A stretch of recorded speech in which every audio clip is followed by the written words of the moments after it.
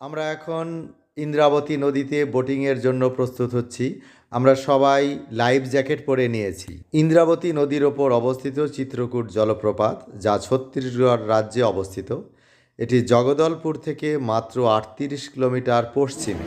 এই জলপ্রপাতটিকে ভারতের নায়গ্রা বলা হয়। জলপ্রপাতটি প্রায় 100 ফুট উঁচু থেকে নিচের দিকে জল ঝাঁপিয়ে পড়ছে এবং এই জলপ্রপাতের আকৃতি ঘোড়ার খুরের মতো, অর্থাৎ অশ্বক্ষুর আকৃতি, এবং বর্ষাকালে এ ভয়ঙ্কর রূপ লাভ করে।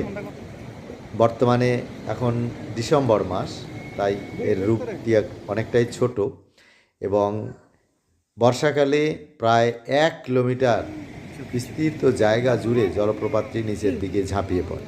আমরা বোটিং শুরু করেছি মাত্র। আমি পরের পর্বে আপনাদেরকে একদম এই জলপ্রপাতের নিকটে নিয়ে চলে যাব। জলপ্রপাতটি কোমল শিলাকে ক্ষয় করে পেছনের দিকে পিছিয়ে যাচ্ছে। ভূগোলের ভাষায় এই ধরনের জলপ্রপাতকে বলা হয় পশ্চাৎ অপসারণ জলপ্রপাত।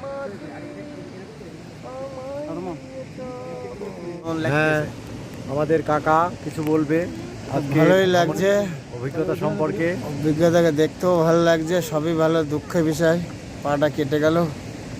যাই কাকা এটাই সাতধারা ফলসে গিয়ে পড়ে গিয়ে একটু পা কেটে গেছে, তাই কাকার মনটা খারাপ। আমাদের নৌকা একদম ইন্দ্রাবতী নদীর বুকের ওপরে ভেসে বেড়াচ্ছে, আর এখানে নদীখাতটা অনেকটাই উঁচু থেকে নিচে এসে পড়েছে। নদীখাতের এই শিলাগুলোর রং দেখুন, সূর্যের আলো পড়ে একদম কাঁচা সোনার মতোই দেখাচ্ছে। আর দূরে ওই চিত্রকূট জলপ্রপাত, এই দেখুন, এটা নদী খাতের মধ্যে আছি আমরা এখন। আর এই ঝুলন্ত শিলাগুলো আমাদের নৌকার ওপরে অবস্থান করছে। বেশ ভয়ও লাগছে, আবার ভালোও লাগছে। এক কথায় ভয়ঙ্কর সুন্দর। আগুনের দিন শেষ হবে একদিন, দেখো ঝরনার সাথে গান হবে একদিন। এ পৃথিবী ছেড়ে চলো যাই, স্বপ্নের সিঁড়ি বেসীমাহীন। আগুনের দিন শেষ হবে একদিন, ঝরনার সাথে গান হবে একদিন। এ পৃথিবী ছেড়ে চলো যাই, স্বপ্নের সিঁড়ি বেসীমাহীন।